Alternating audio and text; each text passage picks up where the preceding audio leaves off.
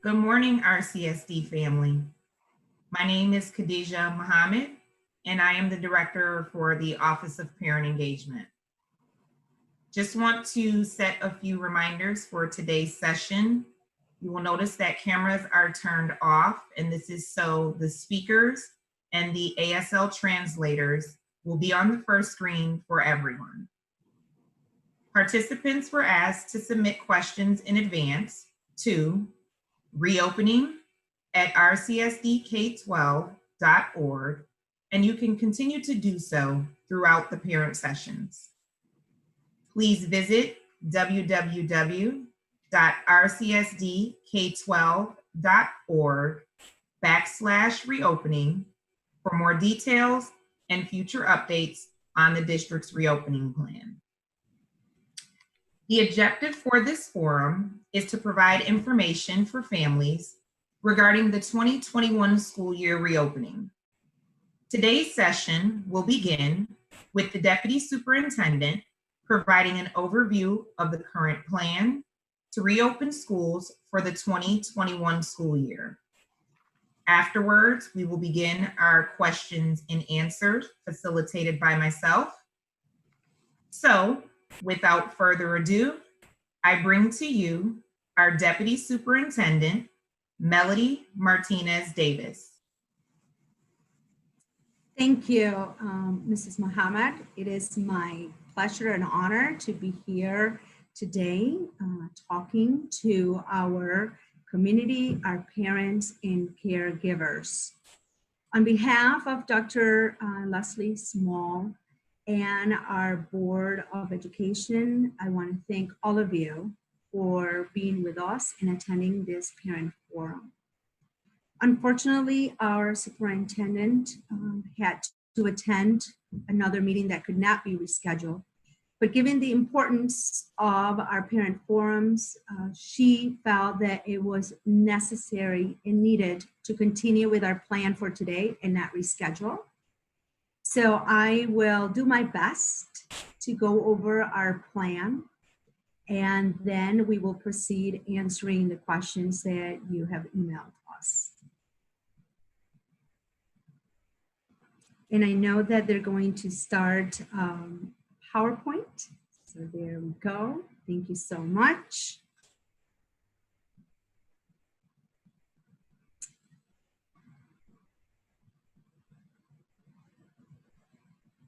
So as you know, our district submitted our reopening plan to New York State on July 31st.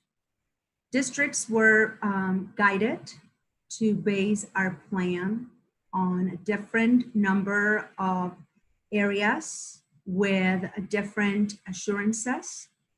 Those areas that our plan focuses on are teaching and learning, communication and community engagement, health and safety, child and nutrition, transportation, social emotional well-being, school extracurricular and interscholastic activities, attendance, and how as a district we will be working with chronic absenteeism, technology and connectivity in our bilingual education and world languages. So for the teaching and learning component of our plan, we prepared for 3 scenarios for New York State Education Department. We have a plan for in-person learning for all of our students in our district. We also had prepared a hybrid plan, which included remote learning and in-person learning for our pre-K through 4. And then we had a remote learning plan that included not only our 5th through 12th grade students who were going to be in the remote learning, but would include everyone pre-K through 12.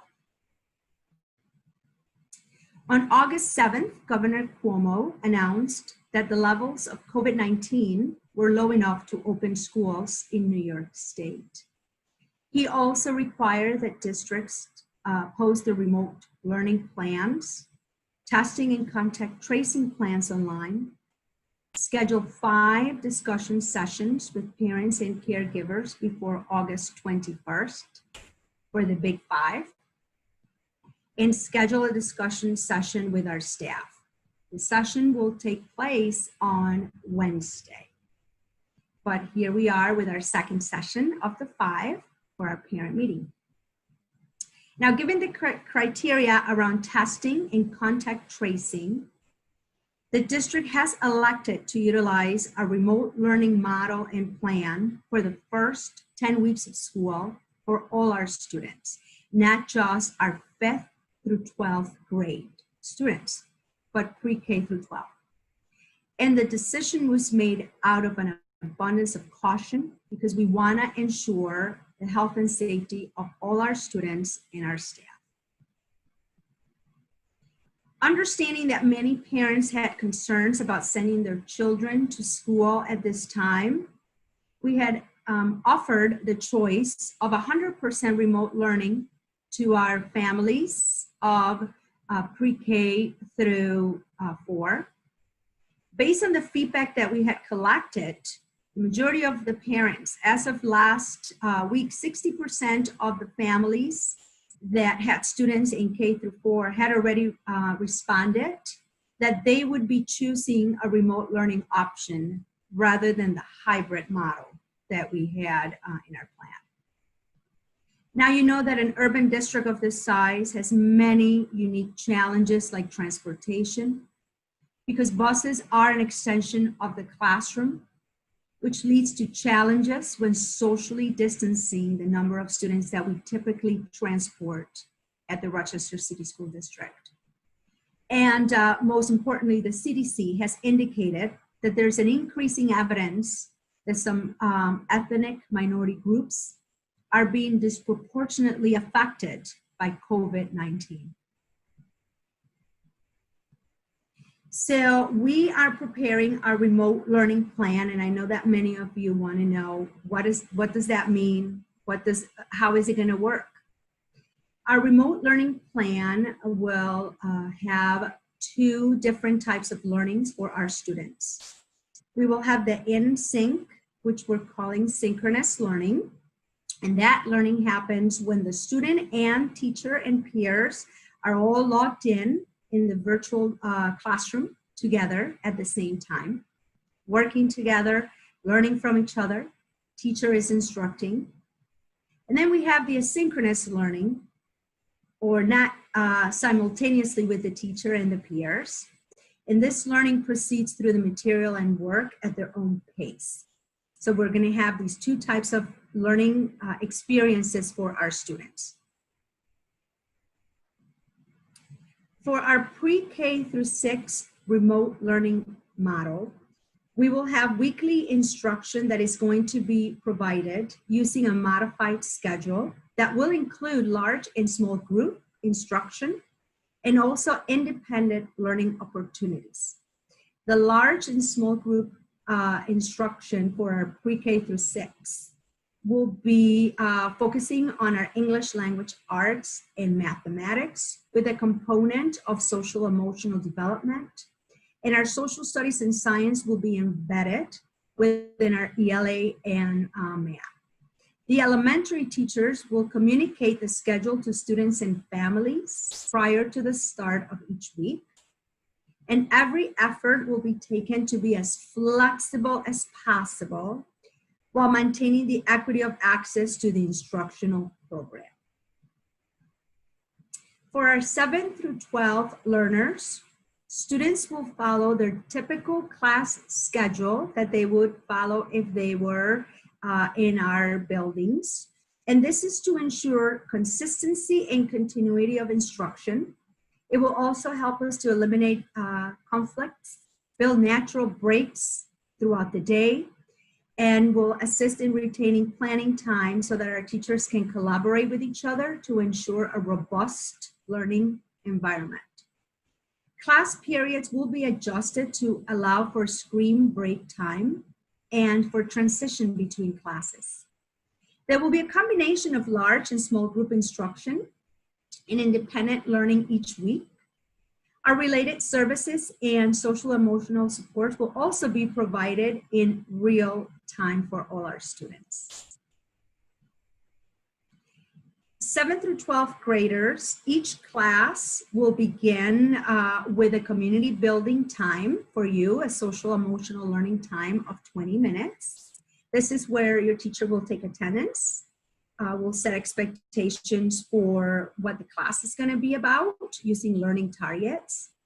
Group learning opportunities for students can be recorded for families to access at a later time if the student's schedule and your family schedule prevents your child from participating during the scheduled time. Independent learning experiences will also supplement our group learning experiences. And every effort will be taken to be as flexible as possible, while again maintaining the equity of access to the instructional program. So our first day of school for our students is September 14th, and that is pending board approval. The hours for our virtual learning for elementary school, K through 6, will be from 9 in the morning till 3:30 p.m. And again, remember that we will have breaks throughout the day. And for our secondary students, 7 through 12, your hours will be 8:30 to 3:30. And again, you will have breaks throughout the day. Now we have moved all our superintendent conference days to the beginning of the school year. So from September 9th through the 11th, there will be no students attending our virtual classrooms, because this will be designated days for our staff to receive professional development to ensure again that our instruction is robust and that our students receive the absolute best learning. So let's talk a little bit about technology and the connectivity, and this was part of our plan as well. To date, our Rochester City School District has made Chromebooks available to students in grades 5 through 12 for the 2021 school year. And we have provided MiFi devices to families without internet availability. We are also going to assure that every K through 12 student who lacks reliable connectivity has the opportunity to access high-speed broadband with our MiFi devices.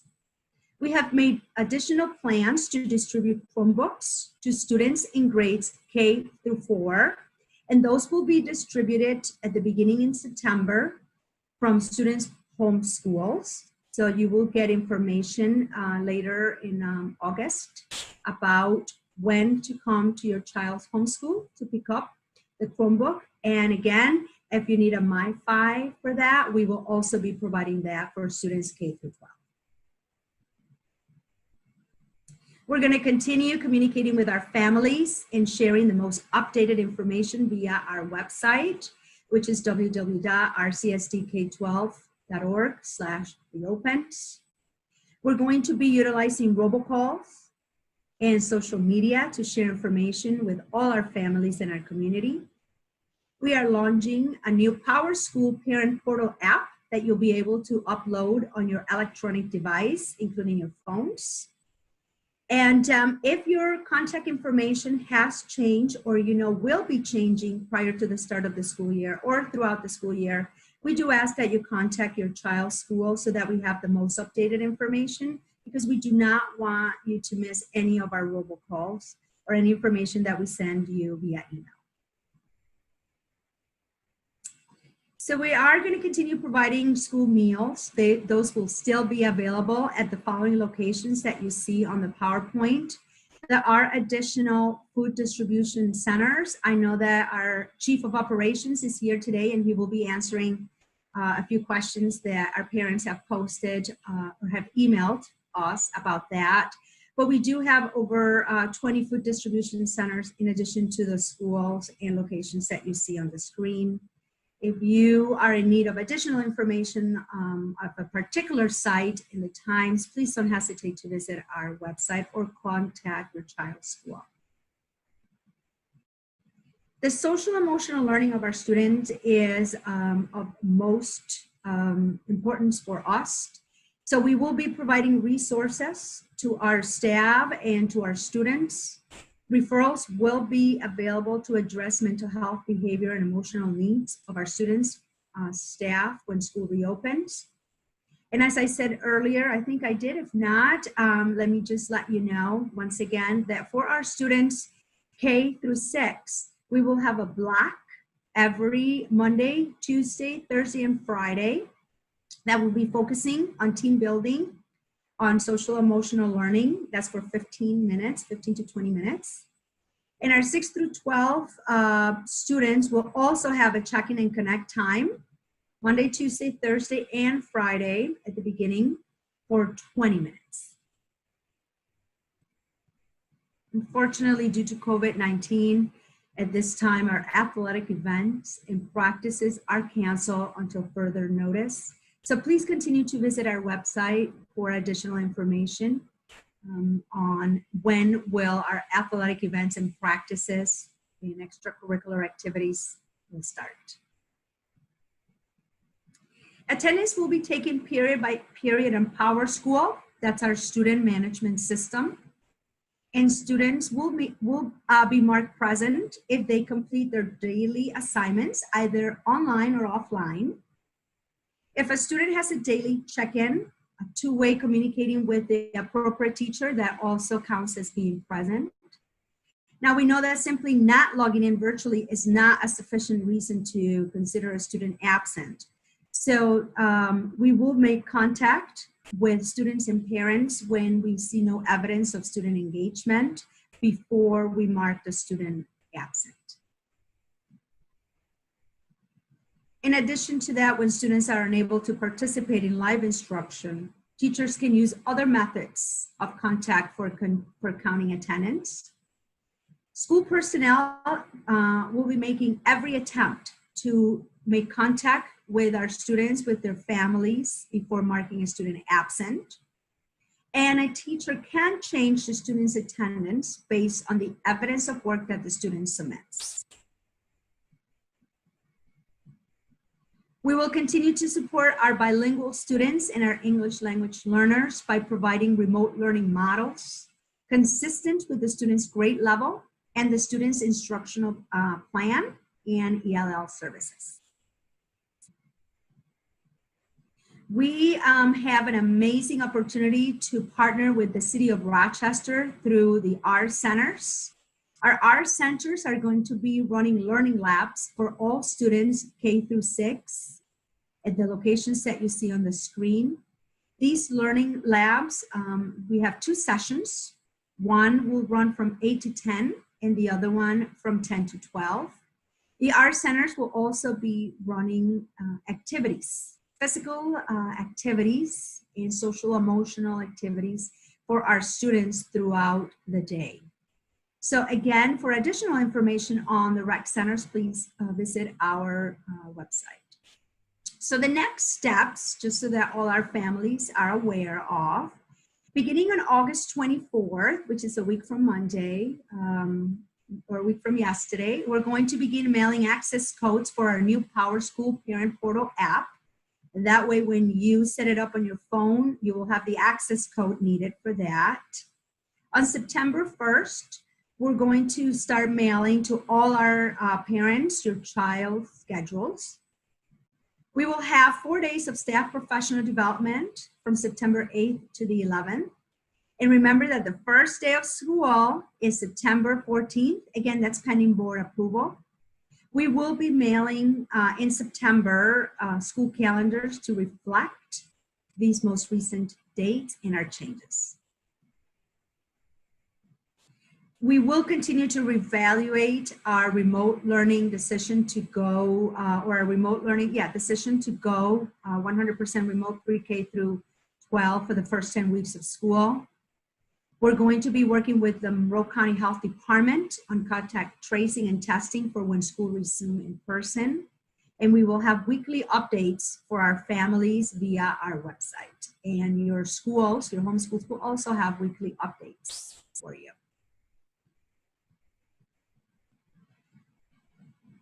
Okay, and I know Mrs. Muhammad will come back and we are going to answer as many questions as we can in the time allotted that you have emailed us.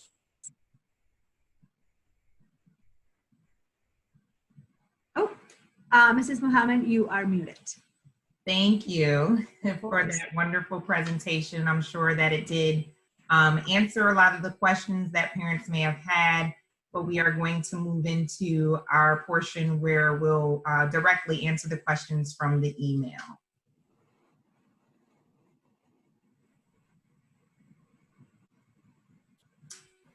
This first question will be directed to our Chief of Special Education, Ms. Keisha Morgan. My son has an IEP and can't do a lot of work on the computer and requires paperwork and teacher help to do the work. How is this going to be possible with going remote? Okay, good morning, everyone, families, parents, Ms. Mohammed, and thank you for this question. So this is a great question, and I know that there are a lot of concerns from our families about our students with disabilities. We've done a lot of planning around how we can support our students during this remote learning time. So there's a two-piece part to this question.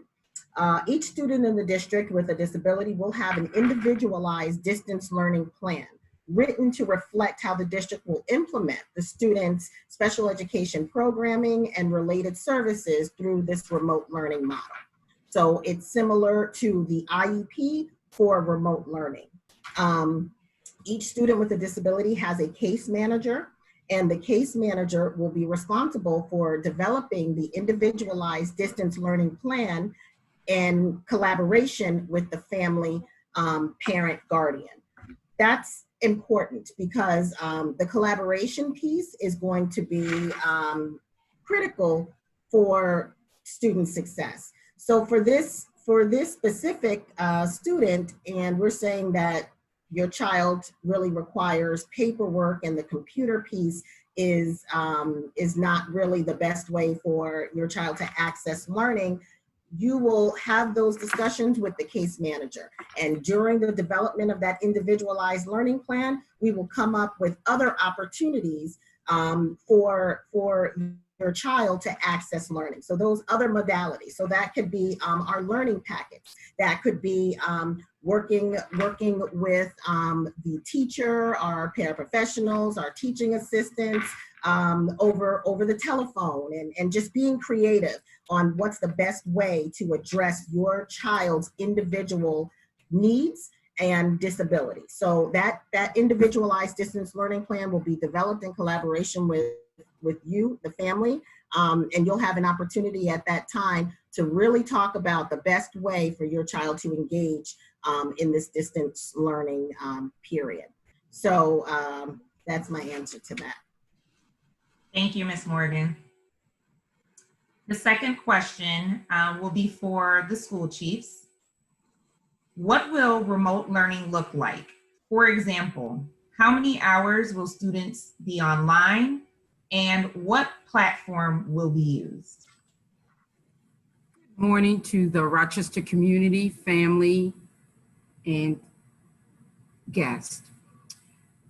When we ask about what remote learning will look like, students will be provided with a schedule, a full day of schedule, but it does not mean that the students will be on screen throughout the day.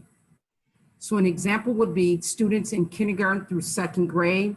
They will be on screen approximately 2 hours and 45 minutes throughout the day using our learning platform, Seesaw. Teachers may also connect with students through platform of Zoom or Microsoft Teams. Our students in grades 3 through 6, their on-screen time will be about 3.5 hours. The platform that those students will use is Google Classroom. This is a platform that we were using in the spring as well, so many of our students are very familiar with Google Classroom. And then our students in 7th through 12th grade, they will be on the screen approximately 4.5 hours, again with opportunity for screen breaks. Lunch will be built into the day for all of our students.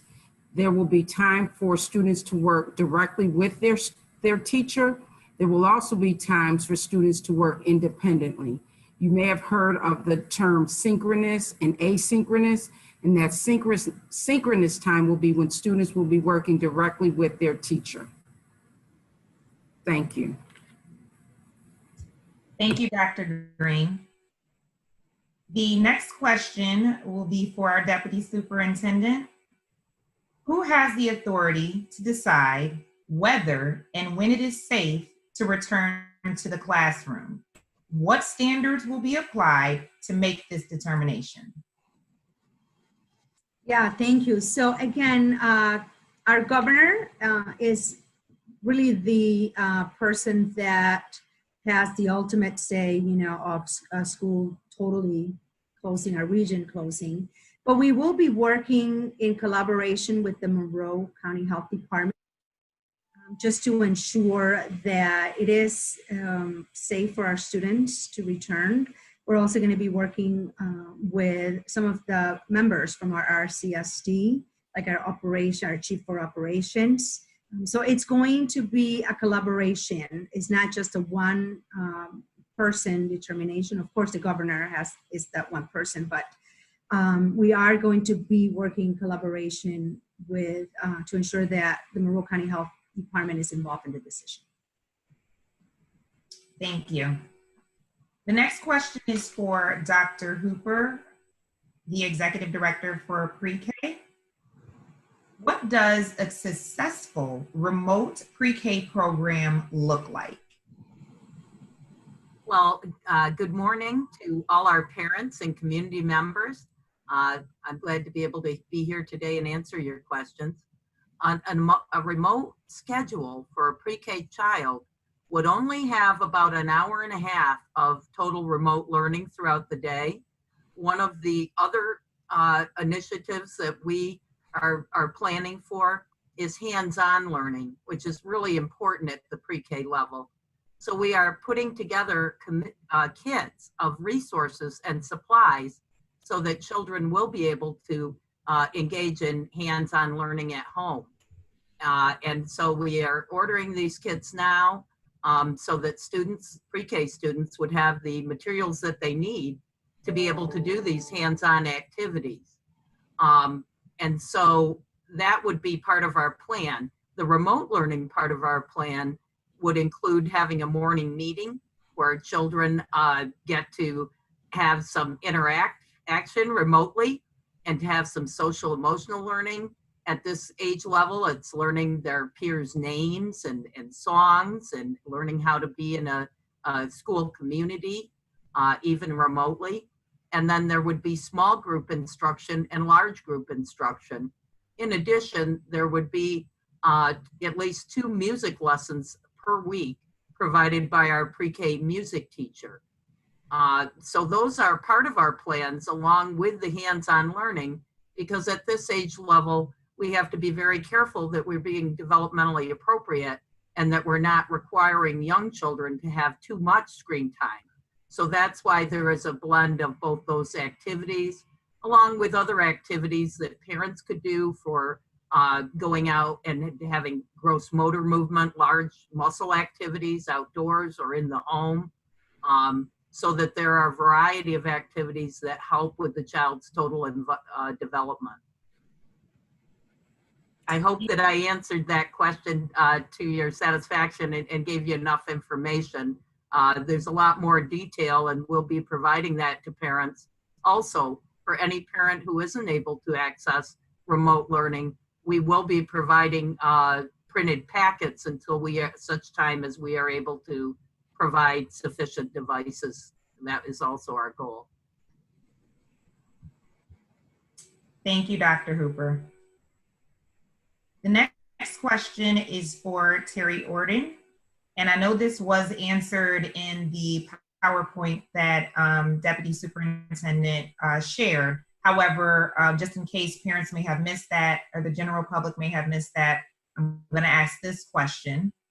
How soon will parents be given and have access to our children's curriculum and classes? So as stated in the PowerPoint, parents and families will be receiving their schedules in the mail the first week of September. And then they will have access. Right now, the curriculum, I will defer to school chiefs for further information, but there are resources on our website. And again, I'm sorry. Good morning, everybody. Welcome, and thank you for the question. Dr. Green or Ms. Webster, if you'd like to comment further, please jump in. Good morning, everybody. The curriculum information will likely be supported during the opening of school in early September. So more to follow as you receive specific information from your schools. Thank you, Mrs. Webster. The next question will also go to the school chiefs. Are the teachers going to teach via Zoom calls only? Good morning again. So as my colleague, Dr. Green, mentioned earlier, the schools are proposing schedules that will balance on and off screen time. And teachers at this point will be able to access both Zoom and Google Meet. They will also use Seesaw and Google Classroom for platforms, but just want to reiterate that Zoom and Google Meet can be utilized for live streaming. Thank you again, Mrs. Webster. The next question, Deputy Superintendent, how will virtual learning be tested? Will there be grades or pass or fail? Yeah, that's a great question. And we actually have a remote learning committee that is putting things together right now. They are working around the clock in developing a plan for assessment, what our common formative assessments are going to look like, how are we going to grade our students. So that is something that is going to be forthcoming. Hopefully by next week, we will have that information all solidified and ready to be shared in those weekly updates that I mentioned that we are going to start having with our families. Thank you. The next question is to our school chiefs. What if students aren't participating in online learning? Good morning again. We have instituted social emotional learning teams in all of our schools.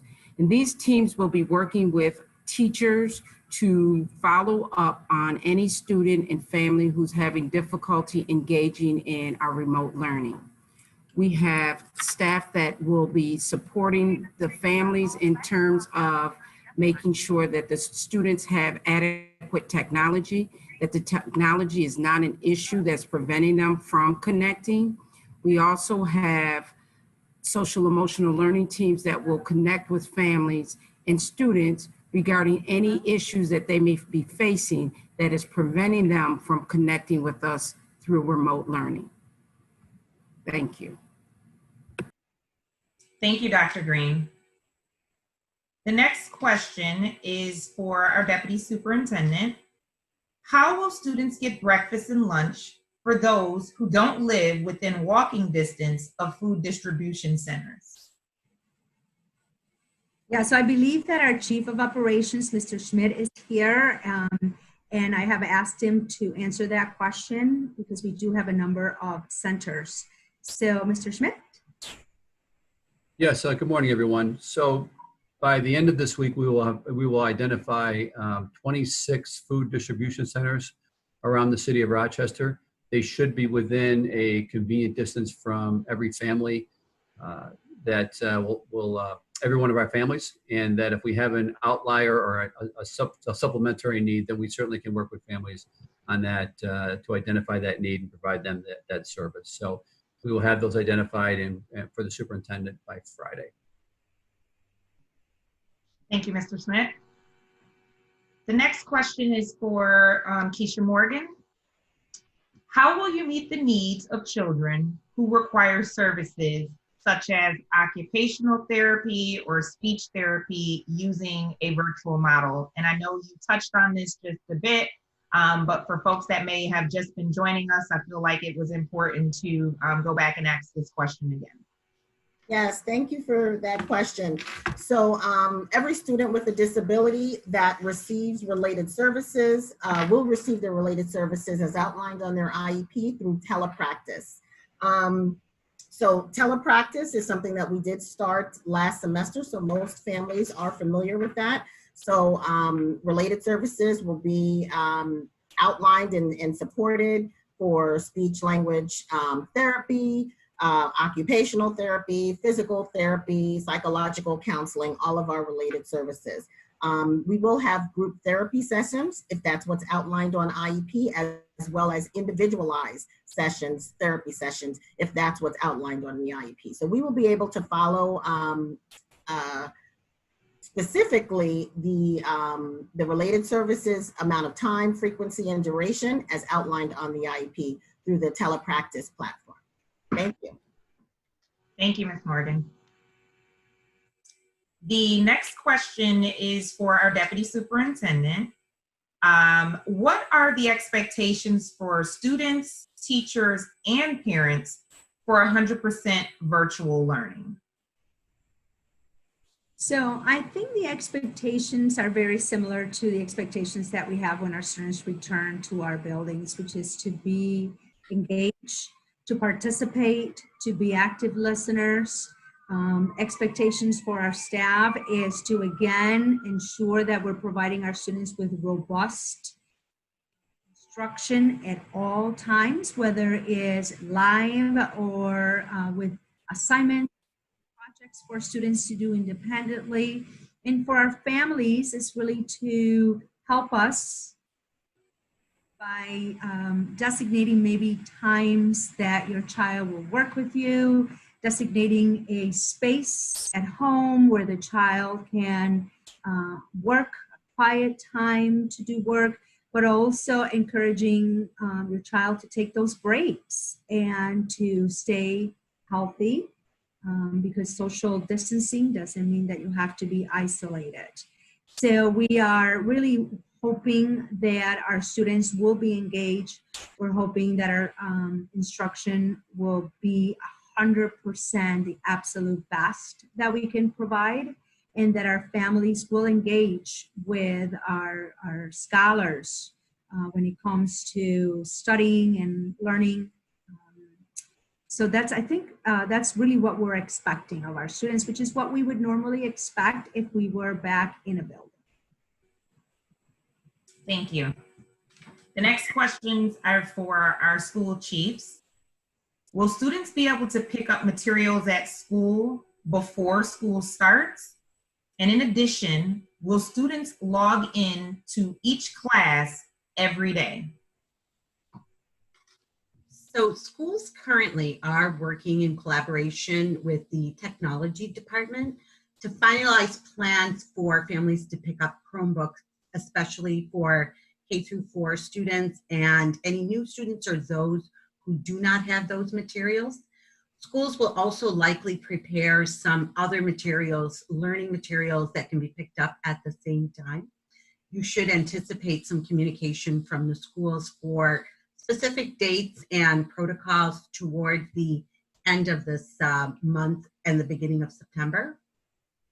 And Glenn Vanderwater is also on. I wonder if he would like to say anything further in terms of the Chromebook deployment. Good morning, everybody. Yes, the Chromebooks are going to be deployed from students' home school. We're working on deploying those devices out to the home schools. They're going to be organized by the students' homeroom. So as families go to schools to pick up materials, they can also pick up a Chromebook if they do not have one. And that is for grades K through 12. So there are some students in grades 5 through 12 that still need a device or have not picked one up. And we know that we have to do a deployment to all of our K through 4 families. Concerning MiFis, which expands on this question a little bit, there will be more of a centralized deployment for families to come to locations to pick up MiFi if there's a need for home internet access. Thank you. And I'll pick up that second half of the question.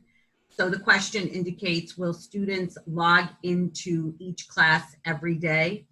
So students will log on Monday, Tuesday, Thursday, Friday to meet with teachers. You will have a schedule that will indicate synchronous time, that's on-screen time, and asynchronous time, times where students are off-screen but will be working on instructional activities.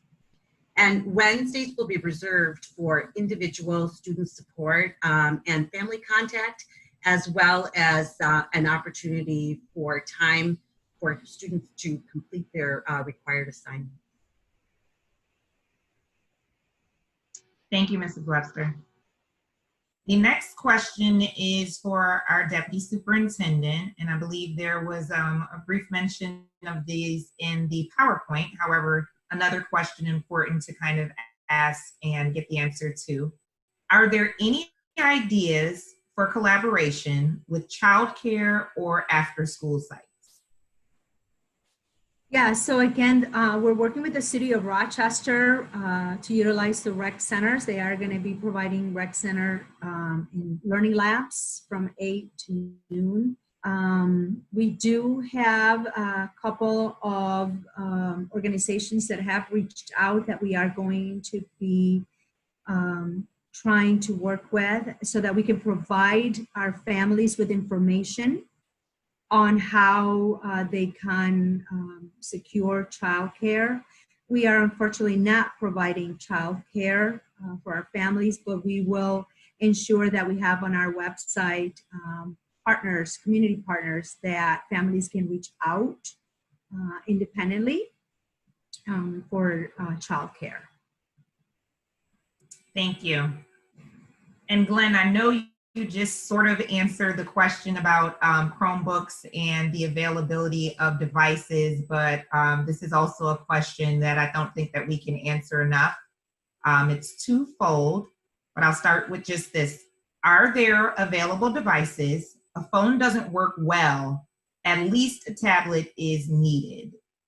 What type of devices will be provided? And how do I access that for my child who will be entering 4th grade this fall? Okay, so the devices that we're deploying are for K through 12 students. We're still working on some ways we may be able to get devices into the hands of our pre-K students. In terms of a phone, I would be in agreement with that. A Chromebook is a preferred device to do schoolwork on. And if you do not have internet connectivity in the home, there'll be more information coming out shortly as to where you can pick up MiFi so that your Chromebook can be connected. Thank you. Thank you, Glenn. The next question is going to be for our school chiefs. This question is asking if the teachers will be sending any information on how they will be conducting class and disseminating any materials remotely. Thank you for that question. So we will be sending home schedules to all of our students. And the schedule will allow for parents to understand what time of the day and what type of learning will be occurring at that time. So an example would be a student in kindergarten, 9 o'clock could be your ELA section for synchronous learning. So the parents will know that that's the time the teacher will be on screen to work with their child. They will be provided materials and resources through that Google Classroom platform or the Seesaw platform. If parents are in need of additional resources at the kindergarten through 2nd grade level, we are looking at preparing toolkits that parents can pick up that will have a wealth of resources that can be used to support the instruction that the teacher is providing through remote learning. So those opportunities will be available. When we talked about picking up the devices for K through 4, those resources and materials may also be available for families to take with them. And throughout the closing, as resources are needed, we will certainly implement a process so that families can get those materials to support the remote learning at home. Thank you. Thank you, Dr. Green. This question has two parts to it. One that will also be for the school chiefs, and then the other for our deputy superintendent. Will principals monitor instructional plans? Will teachers be provided professional development opportunities to be successful? So in terms of principals monitoring the instruction, principals will conduct what we call walkthroughs in the virtual environment. So principals will be stopping in classes, talking to the students, building that rapport, as well as ensuring solid instruction is happening.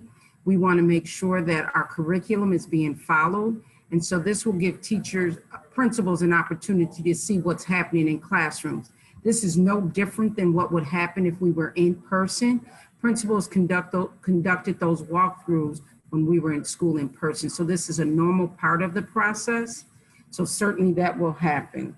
In terms of professional development, as presented earlier, September 8th through the 11th is set aside for professional development that will include remote learning support as well as instructional support to make sure teachers understand how to access the curriculum, how to teach remotely, and how to prepare students to be successful on any of the assessments that will be coming. So all of those pieces are planned, professional development are planned for the week of September 8th through the 11th.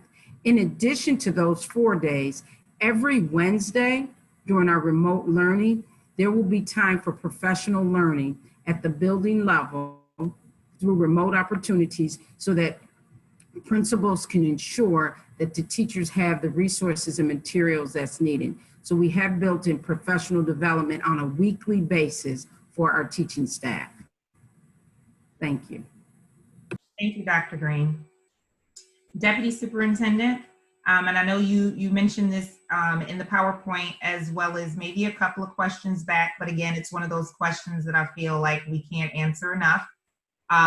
For parents who are essential workers and must go into work, what tangible supports are being offered to families to facilitate their child's education? And is there any plan for childcare? Yeah, so again, I'm going to mention the learning labs that the Rochester City is helping us and staffed. In the learning labs that are going to be RCSD and city personnel that are going to be helping students with their homework, logging in, completing assignments. In addition to that, our own staff is going to be able to provide office hours to students and families on Wednesday. That is one of those areas that we all feel very strong to provide an opportunity for families to connect with their child's teacher. And then for childcare, again, unfortunately, we are not providing RCSD childcare, but we are going to be working with some of our community organizations that have reached out.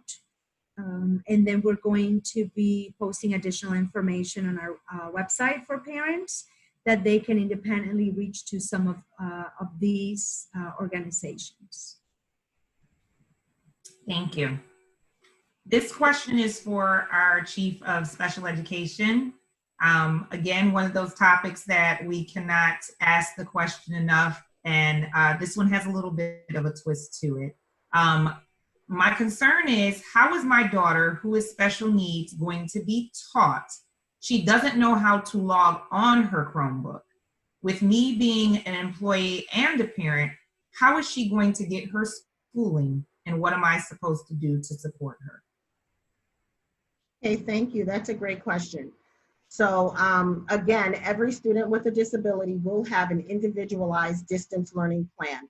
So the school case manager and parent will develop that plan together to meet the individual student's needs. So we'll talk more about the not being able to log on specifically to the computer, because that's an individual concern that we can address and that would be addressed in that distance learning plan. So I would, the case manager would reach out to administration, who would reach out to IMNT, Glenn Vanderwater's department, and we can set up a time when we can actually walk the student through the process of how to log on and get that experience with the Chromebook. So we would definitely be able to set that time up. I see you, Glenn, you agree with that? Yes. Okay, so that's that piece. How will they be taught? So they're going to have that individualized distance learning plan, which is that remote IEP, and then they're going to be taught through asynchronous and synchronous instruction. I believe some of my colleagues, the school chiefs, kind of talked about that, but each student with a disability will have daily synchronous instruction. So if they're in a self-contained setting, a 1211, a 812 class, their classroom teacher will have that whole group instruction with that student. They will also have opportunity for breakout time. And that goes for ELA math, just a whole full scheduled day. During that small group breakout time instruction, we will also be providing support for students. And the support would be from our teachers, from our teaching assistants, from our paraprofessionals, and through asynchronous learning, our students with disabilities will also have support at that time. We know that it's difficult for just to ask our students to work necessarily on their own. So even during that asynchronous learning time, we are planning for supports for our students. Those supports will be provided by our teaching assistants, our support staff, and we'll also have a support line for students and families to be able to call that will be monitored by our staff, to be able to ask questions and just help and provide support during that during that asynchronous learning period. So students will continue to be supported like they were during face-to-face instruction.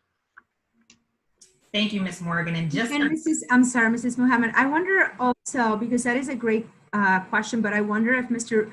Vanderwater can explain a little bit if parents and or students are having issues with their computers, whether it's that they don't know how to log in, or they do know, but something is not working with their laptops. We do have our IT department, and I'm wondering if Mr. Vanderwater can expand a little bit on how we are going to remotely be supporting our students with technology assistance. Yes, I can expand on that a little bit. There's a few things I'd like to cover here. First, we have the RCSD hotline, which is the 262-8700 number. Operators will be there to offer basic level assistance. If it requires something like a broken palm rest or a broken screen, accidents happen, water damage, things like that, then would be direct to SD desk. We would take that device in through a no contact process. We have electronic lockers all around at different buildings around our community for students to drop off their device. Their device will be repaired and or swapped out, and the student would receive their device back or a new device. If they're having some basic level issues, you can always go to RCSD Learns, and there is a learning hub there that there's some information for families and students as far as technical troubleshooting and frequently asked questions. So that's a resource available. But lastly, we have instructional technology resource teachers. As mentioned earlier, if students are having a difficult time logging in or families need additional support, our instructional technology resource teachers will be there to support them with their whatever needs they may have. Thank you. thank you, Mr. Vanderwater. Next question, it's a placement question. I will direct it to our deputy superintendent. If I choose to homeschool or offer alternative learning for my kindergartner, do I have the option of enrolling her in first grade? Or if we think she isn't ready, re-enrolling her for kindergarten again next year at the same school? Yeah, I believe so. And I'm actually going to ask Mrs. Orden to answer that, but I am pretty certain that the answer is going to be yes, but I'll let her answer that. So as long as the student stays enrolled at school 12, the place will be held, or the student's placement will be held at the same school. If the parent decides to do homeschooling and they're in charge of that at home this year, not remote learning, but homeschooling, then it would depend upon the enrollment at the school if there's still space available when you return to re-enroll your student either for kindergarten or first grade. But yes, if you feel that your child's not progressing, you can have that conversation with building level leadership and the teacher, and then you can opt to have your child repeat kindergarten or move on to first grade. Thank you, Ms. Orden. The next question is for our Deputy Superintendent.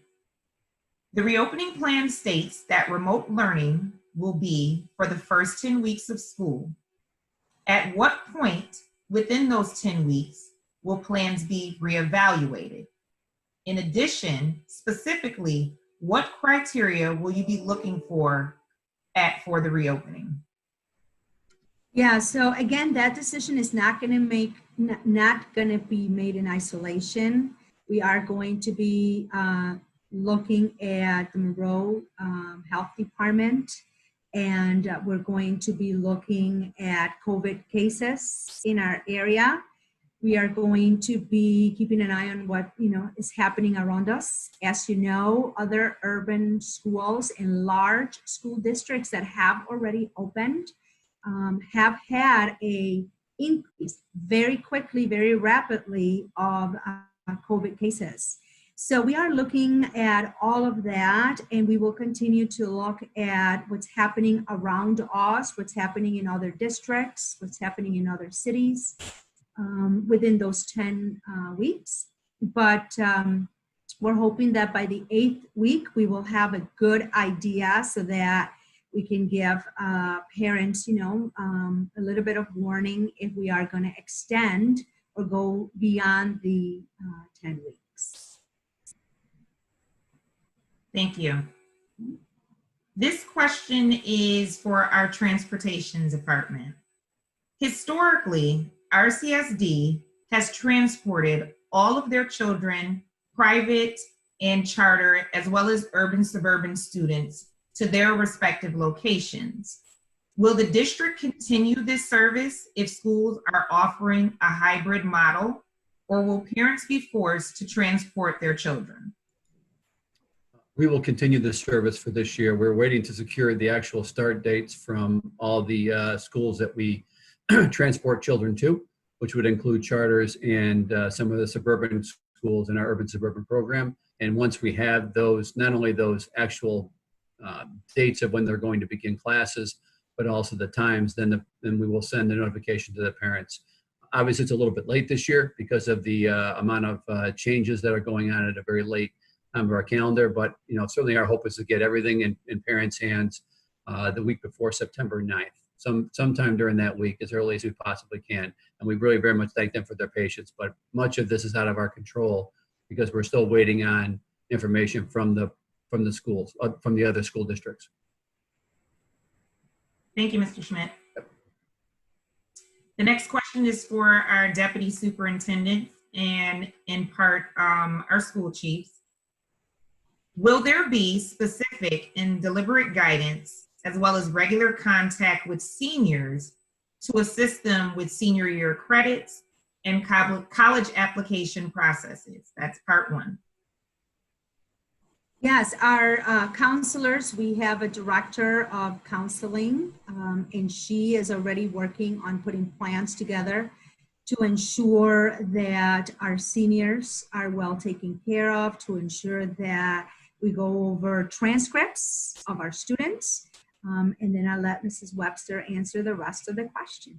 Yeah, so it's a connected response. So I think schools are always planning and continue to plan systems and schedules that really maximize the time and talents of all staff. And this includes teachers, counselors, social workers, and the administrative team. So what they will do is examine the individual and collective needs of students, and with paying special attention to our graduating seniors. And then they will collaborate. So principals will collaborate with their staff, their school chiefs, and the district departments to consider what the specific and collective needs are and provide the necessary supports and resources. We know that our graduating seniors are critical members of the school community, and we want to try to make sure that we honor and provide them with the motivation as well as the educational support. So just remember to tell our graduating seniors how much they are loved. Thank you, Mrs. Webster. The next question is for Keisha Morgan. Another IEP question. My son is starting the 5th grade. He has an IEP and is classified as a child with autism. He is supposed to be assigned an integrated co-teaching model classroom. How will the school go about supporting the stated things in his IEP, periodic breaks, redirection, and will he have a separate meeting for speech services? Yes, thank you. Great question again. And this really shows us that our parents are really concerned about how students are going to receive their services in this virtual model. So I'm going to go back again to our individualized distance learning plan. I know I sound like a broken record, but it really is going to drive our supports for our students with disabilities. So again, each one of our students will have that individualized distance learning plan. And just really quickly, I know I didn't get into this piece before, but the plan also outlines, of course, the programming and services during remote learning. It also describes any accessibility and assistive technology needs, including students' IEPs that are needed for the students to really access and benefit from virtual learning. And that also includes outlining special ed accommodations, modifications, supports that are included in the student's IEP that we do need to provide during the distance learning remote period. So the DLP, the distance learning plan, will include all of those things. As for how will the student receive services, the students, you said that your child is in an ASD integrated co-teaching model. So again, I'll go back to the synchronous and asynchronous instruction. If it's an integrated co-teaching model classroom, then your child will receive instruction from both the special education teacher and the general education teacher through that synchronous kind of whole group piece. And then during the asynchronous time, we'll still receive supports. And those supports will be from both the special ed and the gen ed teachers and support staff, seeing that it's an integrated model that your child is in. So we will be very consistent with that and will continue to receive those supports.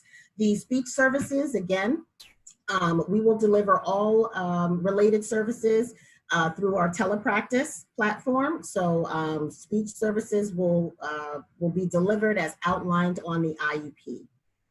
Thank you. Thank you, Ms. Morgan. And just a brief follow-up, because I know some of our participants in the audience may have just a question about what asynchronous and synchronous is. Can you just briefly explain that for me, please? Yes, thank you. And my colleagues, the school chiefs, can also join me on this. So the synchronous piece is the whole group instruction kind of in front of the teacher, right? The classroom teacher. So that's going to be that piece where the student is going to be engaging in instruction with the classroom teacher as they would during that face-to-face piece. But of course, we know it's remote. So that's that asynchronous direct instruction with the classroom teacher remotely. The asynchronous would be a time where the students would be working kind of on their own, right? So they would have projects, they would have assignments, they would have different activities that they would be assigned, and they would complete those activities on their own. And then during the synchronous instruction, they would review those activities and that type of thing. So Chiefs, you can tell me if I missed anything. But one thing I want to say about students with disabilities during the asynchronous time, they still will receive support. So we're not just going to have our students with disabilities out there and say, do it yourself, knowing that many of them do still need a level of support. So we are planning for supports for our students during asynchronous learning as well. Sheila? I think you really captured it, Ms. Morgan. So we try to say it in a very simple way in terms of thinking of live streaming when you think about synchronous learning. And asynchronous learning is that the teacher is not live streaming, but she or he could certainly be providing feedback and providing instruction in alternate ways, right? So I think as parents start to really get a feel for what those look like with their child, it will start to make a lot more sense come early September.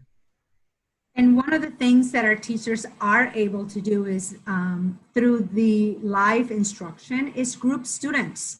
And they could use breakout rooms, for example, which is something that, you know, many of us already do. But so teachers might want to break students into groups and put them in groups, let's say of 5.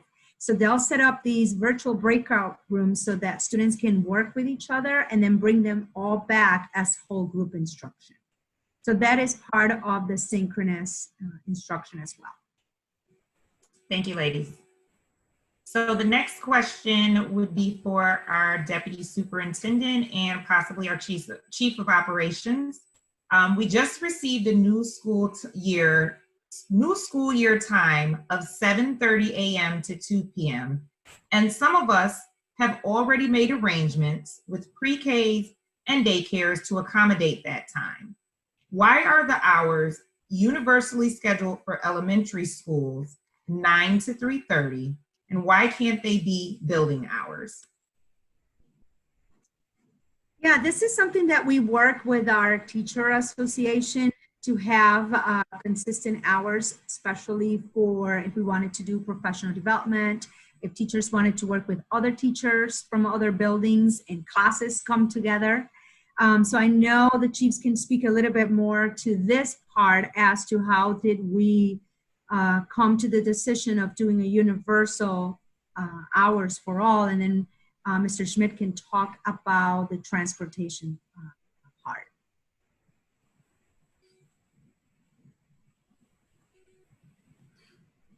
So if a student requires transportation to a particular school, if a student requires transportation to a specific school, then that will be based on the posted hours that the school is actually operating. As Deputy Superintendent Martinez Davis said, the virtual academies being on a consistent time is not driven by transportation because we aren't moving any children to those virtual academies. So, but parents need to be certain that the students will arrive on time when they're going to a school that has either a hybrid program or off-site program for a student with a disability.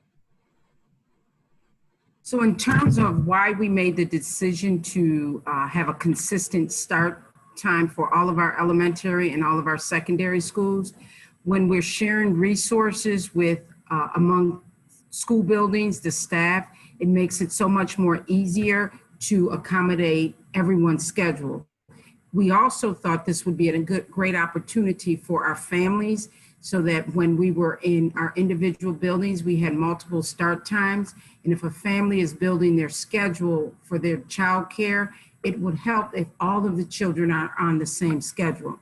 And the third piece that we thought would be valuable is to provide a consistent lunchtime so that if families have to travel to food sites, that it is not going to interrupt the instructional day. So those were 3 of the main reasons we thought it would be very important to move to a consistent start time this school year with remote learning. Thank you. Thank you. The next question is for our Deputy Superintendent. How is remote learning impacting the RCSD budget? So we're actually right now looking at those numbers And that is information that we're going to be presenting to our Board of Education. So stay tuned for more to come on that. And that information will be shared via a board meeting. Thank you. The next question is for our school chiefs. How flexible will learning schedules be at home for children navigating childcare obstacles? Thank you for that question. And so we will provide opportunities for flexibility. As we talked about, there's set times when the teacher is on screen, that's synchronous learning. However, if there's an impact where the families can't participate in that synchronous learning, teachers will have office hours to make connections with the students and their families outside of that time to meet the needs of the families as well. And so providing both synchronous and asynchronous will give families the flexibility that they may be able to do more of the asynchronous learning with the flexibility of their daily schedule. But it's important that they try to connect as much as possible during the synchronous learning piece. Ms. Webster can continue. Yeah, so I was just going to piggyback on that to say it really is a balance of helping our students to get back on track with a predictable and expected schedule. That is important for the mindset and the health and well-being of our students, especially our youngest students, while we balance some of the flexibility that parents need. So I think importantly is maintaining that open line of communication with your child's teacher and principal and school community so that we can ensure the learning continues throughout the remote learning and beyond. Thank you, ladies. The next question is for our Deputy Superintendent. If in-person classes resume in November, would they resume after Thanksgiving break or before? You know, I don't know the answer to that question because it will be 10 weeks, which is a marking period. So I would just look at the calendar and just, you know, count the 10 weeks. So I'm sorry, I don't have the specific date. I don't know if anybody else that's in our today can answer that because I don't have the answer to that question. So the 10-week marker would end before Thanksgiving break. So we would return the week before Thanksgiving. Just the timeline based on the calendar. Again, that's subject to change and we'll keep families updated. Thank you, Mrs. Orden. So in line with that question, there was an additional one. At the end of the 10 weeks, we will be in flu season. Will the district take this into consideration when reopening, thinking about reopening plans? Because the flu symptoms mimic the symptoms of COVID-19. Yeah, great question. And I don't know if Mrs. Grotman is here with us today, who is our Director of Nurses. She is? Perfect. So I'll let her answer. She would be the best person to give you the answer. Thank you, Ms. President. Good morning, everybody. So yes, we will be taking that into consideration. We will be watching for the infection rates for COVID and also watching what our area will be doing with influenza at that time. We're reevaluating that.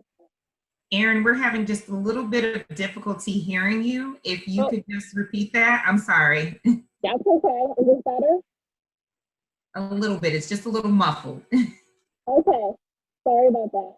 So I was just saying that we will be evaluating at that time what the infection rate for both COVID and influenza is, and that we will make that decision based on those factors.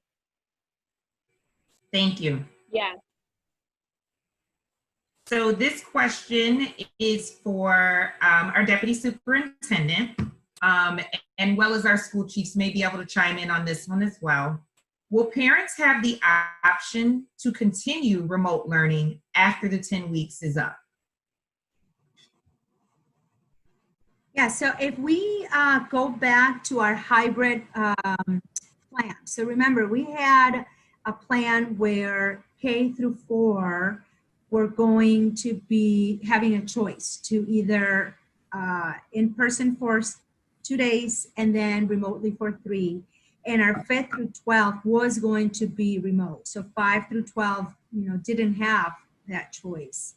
But I'd let Mrs. Green answer that question because, as I said before, we are working around the clock in finalizing those types of details as to when students, when we all reopen, if we reopen, then we go back to 100% everybody in, and that's going to be based on where we are with COVID. But I'll let Mrs. Green answer that part. So as Deputy Superintendent Martinez Davis mentioned, when we were going to go hybrid, we did offer parents a choice to select 100% remote learning. And so after the 10 weeks, if we decide to go back to hybrid, offering those pre-K to 4th graders and our specialized program, students in specialized programs, the option of going hybrid or remote. And so we will have that opportunity that if we're in a hybrid, that parents will still have the option of selecting fully remote learning to continue. And we know that is very important for our families because we did have 60% of our families that had already responded K through 4, that they wanted to opt to use the choice of that option of being 100% remote. Thank you, ladies. This question is for our school chiefs, and it's twofold. Will there be printed packets or materials available for parents and families without printers? And in addition, if a student is struggling with work, how will they receive assistance or tutoring? So the printed materials is a component that we are currently working on with both our district departments and the school. So we don't anticipate that it will be in the same manner as it was during the closure. So we will need to work closely with our individual teachers as well as the ELA, Math, Social Studies, and Science departments to consider what printed materials need to be accessed by students on a regular basis. And the tutoring piece is an interesting question. So all of our schools have built-in opportunities for intervention and or extension of some of the work. And that time period will be referred to as MTSS or multi-tiered student support services. So you will have an opportunity to work in collaboration with your principal and the teaching teams to consider what specific needs are needed by your student, as well as the support systems that are available in that school. So following that schedule and the structured learning opportunities for kids is going to be really essential. Thank you, Mrs. Webster. This is a unique question, and it is in regards to how the lessons will be given, the instruction will be given by the teachers. My son will be in 7th grade at James Monroe. I was wondering, with his classes being live, will there be an opportunity for the classes to be recorded so parents can be available when they get off of work to make sure their students are doing their work? So I will begin with that question. And so we have talked about opportunities for students and families to go back to the lessons. And so in the Google platform, those lessons will be maintained in that platform so that families can go into Google Classroom at any time to get the information to support the students.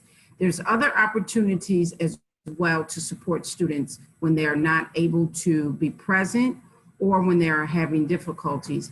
Ms. Webster mentioned about some of those where we have the intervention built into the day. We also have the office hours where students can reach out to their teachers for that individual support. Those office hours will be publicized for students and families for each of their teachers so that they know when that is occurring. At the end of every day, teachers have an opportunity for engagement period in the 7 through 12 where they can, a student can message their teacher and let them know they're struggling with something. There's also other applications that allow teachers to save the recordings or the lessons. One of them is something called Screencastify. And these are applications that we will make sure our teachers are well aware of as part of the professional learning in September, so that teachers will be able to share with their students and families how to access lessons and materials throughout this remote learning period. Thank you, Dr. Green. This is a placement question. And again, just one of those questions that I don't think can be answered enough.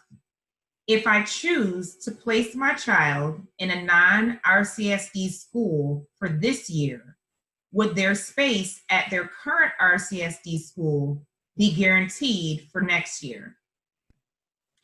So unfortunately, we cannot guarantee placement for next year. It would depend upon the student enrollment at the given school. It kind of goes back to the school 12 question. So if you were in 3rd grade and you choose to put your child in a private or parochial setting or an out-of-district setting and you move back or you're back into the district, if that grade level has filled the following year, so a 3-4, then your student wouldn't, or your child would not be able to be placed in that school when they return. If the seat is still available, then your child would be able to return to that school. Thank you, Ms. Orden.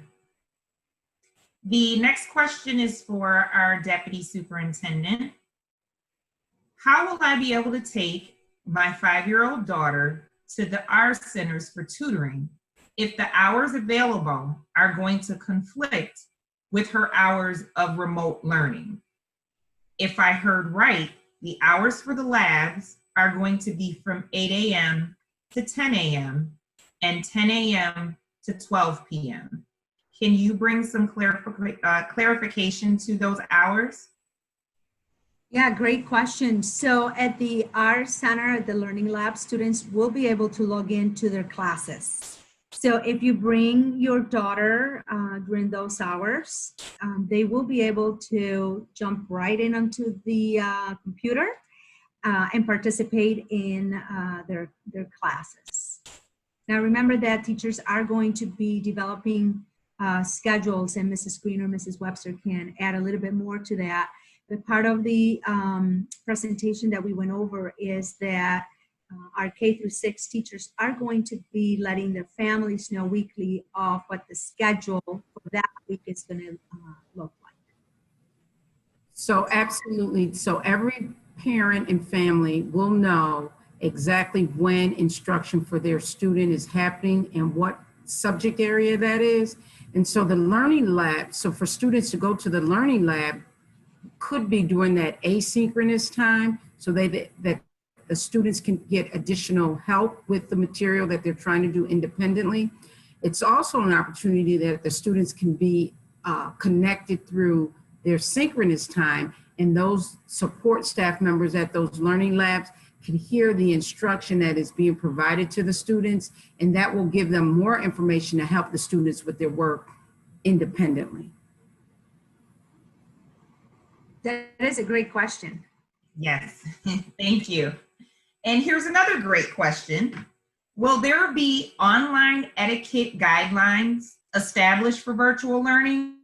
For example, will students be asked to be dressed and ready for instruction, guidelines around muting when not speaking, confidentiality restrictions, no screenshots, videotaping of other children, etc.? Mrs. Mohammed, who are you directing the question to? Because many of us can answer that, Mr. Vanderwater, myself, the chiefs. I would ask for the chiefs to start out, and in addition, if Mr. Vanderwater or yourself wants to add anything, they can certainly do so. Okay, perfect. Yeah, so it's a great question. And one of the most important things that schools are going to focus on is building that culture of learning, right? So just like you would in live instruction, place concerted effort into building expectations and norms, I am certain that teachers will complete the same types of exercises with their students. So as adults, especially during the closure period, we learned a lot about what online etiquette looks like. So I know the IT department, in collaboration with all of us, have also devised those standard set of norms. And our teachers and our administrators have become very familiar with that set of norms and used it during closure. So I think there'll be more intentional and very systemic ways to establish that norm, especially because teachers will be working directly with kids for more than 2 hours a day.